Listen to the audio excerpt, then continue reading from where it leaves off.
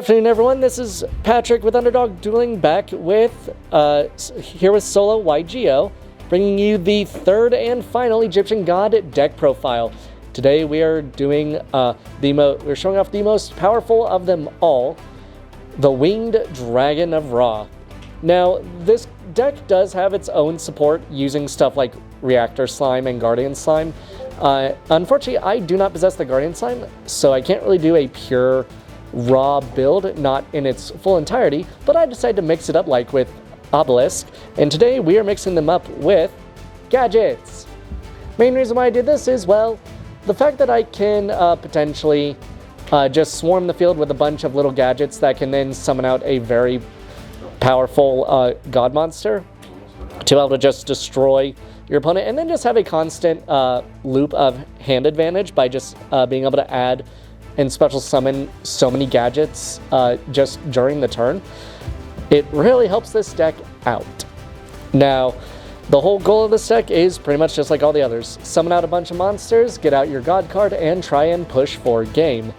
And let's go and get started. And if you want to see more, please like and subscribe, follow, and subscribe to Solo YUGIOH, and then you can follow me and subscribe to Underdog Dueling, as well as follow me on Twitter at Soren's Lair.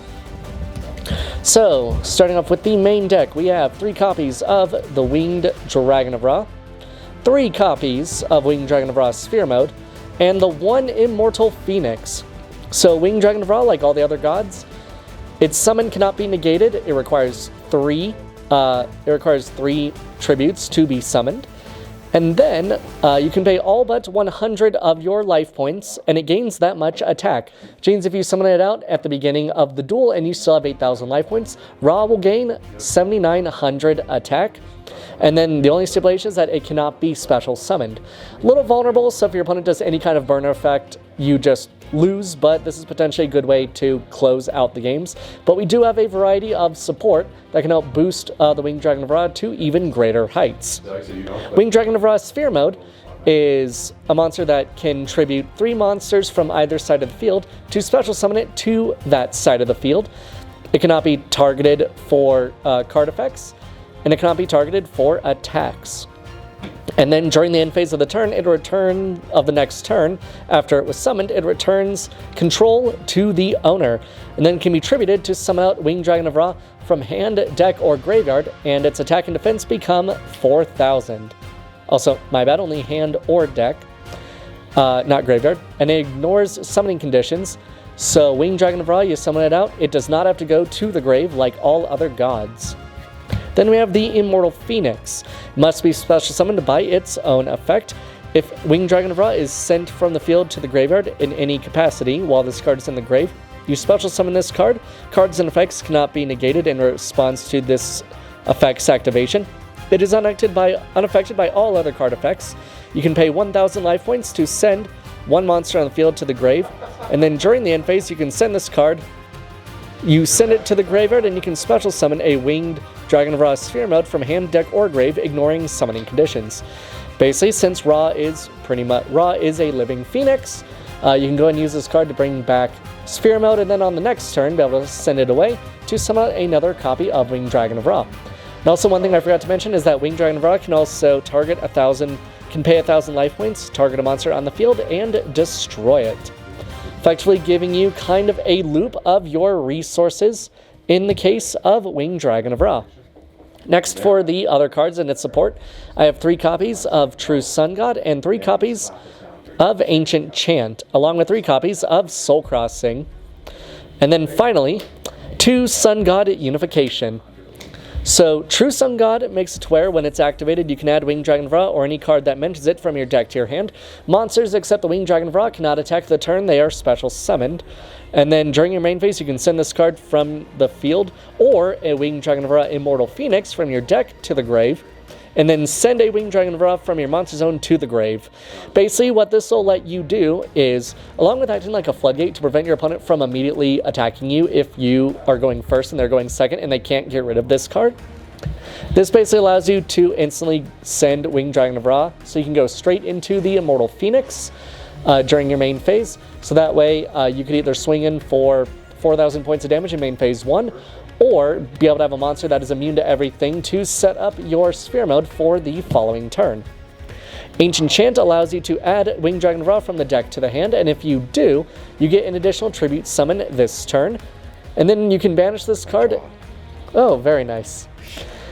And then if you were to tribute summon the Winged Dragon of Ra after banishing this card, it gains the attack and defense of any monsters that were tributed for its summon. However, you can only activate one per turn.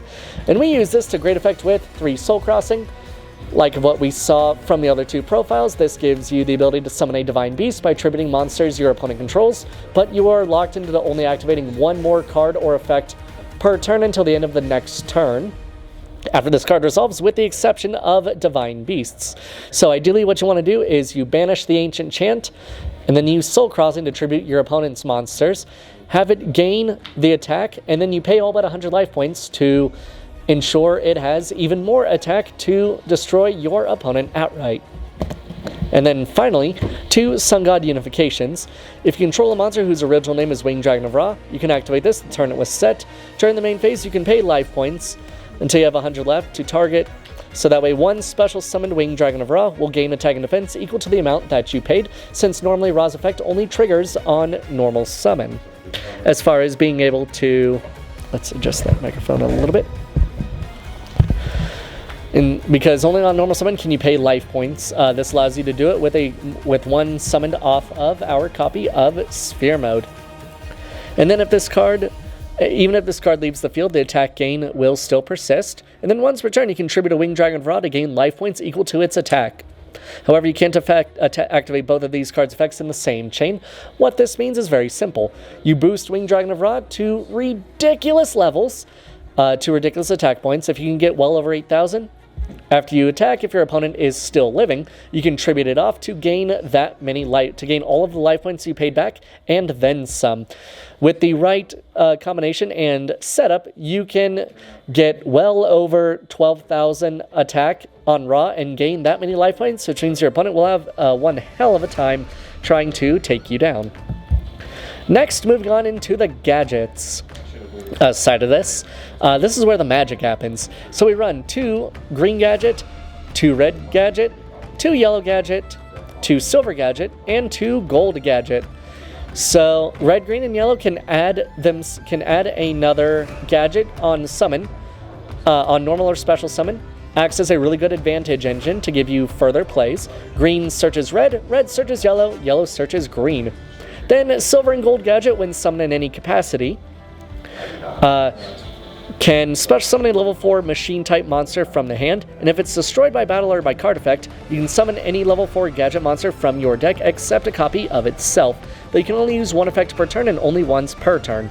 The idea is to go and normal summon something like Silver Gadget, use it to summon out our copy of Gold Gadget, to then get another level 4 monster on the field, either a gadget from the hand or one of our other monsters that we use. Like our 2 copies of Boot Up Corporal Command Dynamo. You can target up to 2 machine gadget monsters you control or in your grave with different names. Special summon this from your hand, then equip those targets to this card regardless of their type. And then it gains 1,000 attack for each monster equipped to it by this effect. This is just kind of a free special summon. You can also, if you're looking to do some potential follow-up plays with another card that we do run in the deck, you can go ahead and normal summon this to link it away for something like Salamangreat Almirage, which has, because this has 1,000 or less attack. Otherwise, if you have any gadgets on the field, you can go and get a 2,000 attack monster to try and beat over other monsters. We then have the 1 copy of the gadget's boss monster, Boot Up Admiral Destroyer Dynamo. It must be special summoned by sending 2 gadgets from hand and or field to the graveyard. It can't be destroyed by battle or card effects while you control a gadget monster or a gadget monster card equipped to a monster. So like Command Dynamo equipped with any one of our gadgets. Then once per turn, it can target another card on the field and destroy it. Basically, this also helps open up. This is level 8, so it does help with a couple other cards that we have in the deck for our rank 8 plays in the extra deck. It's just a good way for a little bit of spot removal. We then tie things off with 3 Infinitrek Anchor Drill, our last level 4 machine monster. When normal or special summoned, you can special summon any Earth machine monster from your hand in defense position, except a copy of itself. Then you can target one other machine you control, and the levels of that monster and this monster get added up together and become the new level. So, for example, if you were to go and take something like Gadget and Anchor Drill, you add up their levels together to 8, and both monsters become level 8, opening up the entire pool. Or if you use something like a level 8 monster, you can get access to the rank 12 Xyz pool. This really just helps summon everything out. Use Gold Gadget and Silver Gadget, bring this out, and potentially one other Earth machine. Just to make sure you've got plenty of bodies for plays if you're having trouble getting Winged Dragon of Ra set up. We then run 2 King copies of Therian King Regulus. You can target a Therian or machine in the grave, special summon this card from the hand, and equip it to this card, and then it acts as a Omni-Negate. When your opponent would activate any card or effect, you can send a Therian monster from your hand or field to the grave to negate that effect. And then a Therian monster equipped to this card gains 700, and it can use its second effect as if its name was Therian King Regulus. So ideally, if you can get a machine in the grave and you have this in the hand, it becomes really easy to search out an ad, basically giving you kind of an instant Omni-Negate just by sending itself, or if you have another copy in the hand, send it to the graveyard, and then you can go ahead and summon out Regulus on the following turn.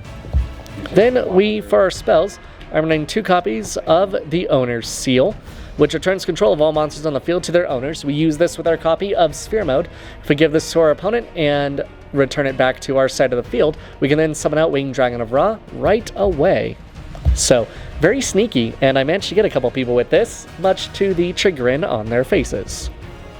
They then play 1 copy of Called by the Grave to be able to stop any hand traps, because it can target a card in the grave, banish it, and negates the effects of all cards with that name for the rest of the turn. And then for our, speaking of hand traps, like the others, we run 3 copies of Droll and Lockbird and 3 Infinite Impermanence. Droll will prevent your opponent from adding cards, or the player from adding cards from the main deck to the hand for the rest of the turn. And Infinite Impermanence can negate the effects of a monster on the field, and negates spells and traps in the column that it was set, but if you control no cards, it can be activated from the hand. Quickly moving on into the extra deck, we have a few rank 4s. We have Abyss Dweller to shut off your opponent's graveyard for the turn, 1 Springen's Merrymaker to rank up into our gigantic champion Sargus to be able to add our copy of Therian King Regulus, though it can also send a Spriggan's monster from deck to the grave, which can be used if you're going for more of a pure gadget build. Rank up into Sargus, which can search a Therian or a Springen's monster, and then if a material is detached from an Xyz monster on the field, you can target a card on the field and destroy it or return it to the hand. We have 1 Daigusto Emerald to target 3 monsters in the grave, to target 3 monsters in the grave, shuffle into the deck and draw a card, or special summon a non-effect monster. Gear Gigan X to be able to search for a level 4 machine from the hand. 1 Heavy Armored Train Iron Wolf, which can cause a machine monster you control to attack directly. 1 Baguska to switch all monsters to defense mode and negate their effects. And then for the rank 8s, 1 Grunix Eternity, Hyang of the Fire Kings, which when Xyz summon destroys all other monsters on the field. You can also detach a material to pop a spell or trap and give it an additional 500 attack. And then 1 Draglubian, 1 Hope Harbinger, and 1 Numeron Dragon. These 3 kind of form a trio. By using Draglubian, you can summon out another number monster. You can summon out 2 monsters, attach one of them to another monster as material. Hope Harbinger can negate a spell card and attach it as material, as well as make it be the target for an attack, being able to give some of your other monsters for protection. But if you do this, you most likely want to go into number 100 Numeron Dragon, who can gain attack equal to the number of Xyz ranks on the field. So if you have this plus Draglubian, this will go in to have 9,000 attack, giving you a way to destroy your opponent pretty much on your first turn if you are going second. Then you have 1 copy of Dingirsu, which when Xyz summoned, basically, if this card would be destroyed by a card effect, you can detach a material instead. And then when this card is special summoned, you can either send a card your opponent controls to the graveyard or attach a banished machine monster to this card as material for some really good spot removal. 1 AA Zeus for our board wipe. 1 Super Quano Mech King Great Magnus, which allows for some non-targeting removal, and if it has 4 materials, it is unaffected by all other card effects except for other Super Quant cards. We can normally use this with Anchor Drill and then any level 8 to summon it out, though it will, and potentially one other monster, but I actually forgot to add in a Dreadnought Dreadnoid into the deck, which does allow you to rank up into it after it destroys a monster by battle. So depending on how many monsters you have set up under its material, you could have a 4 material King Magnus, which makes it immune to everything, so you can just sit back and watch your opponent scream. And then lastly, we have Time Thief Redoer to help attach the top card of your opponent's deck to this card during each standby phase, and then you can detach to either banish this card, draw a card, or place a card your opponent controls to the top of the deck, though I am going to swap this out for Dreadnought Dreadnoid just to be able to get into Great King Magnus to prevent our opponent from really doing much of anything. But that is it for the deck profile. This one ran a little bit longer, I apologize. The side deck for this is very simple. Mostly cards like Ghost Sister and Spooky Dogwood is good to gain life points, and also you can have something like Clockwork Knight and Cyber Dragon to turn everything into machines and be able to contact fuse your opponent's monsters, and then limiter removal to make Winged Dragon of Ra even stronger if it becomes a machine. But hope you all enjoyed, and hope you look forward to more profiles, either by Solo YGO or myself when I get around to actually uploading them. But until next time, we'll catch you later.